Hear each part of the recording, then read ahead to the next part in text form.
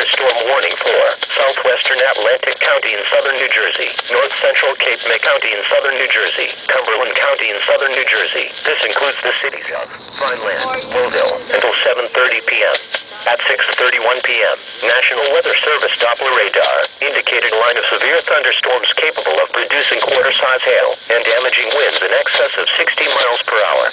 These storms were located along the line extending from South Vineland to Millville to Fairton, or along the line extending from Vineland to Millville to 9 miles west of Millville, and moving southeast to 10 miles per hour.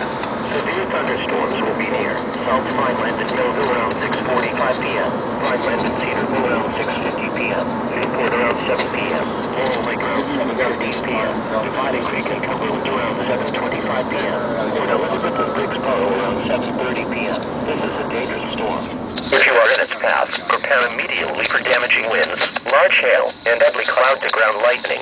People outside should move to a shelter, preferably inside a strong building, but away from windows. Please report hail or strong winds to the National Weather Service by calling toll-free 1-877-633-6772 when you can do so safely. A severe thunderstorm. There's something wrong with the thing. You got to pull it harder or something. I don't know.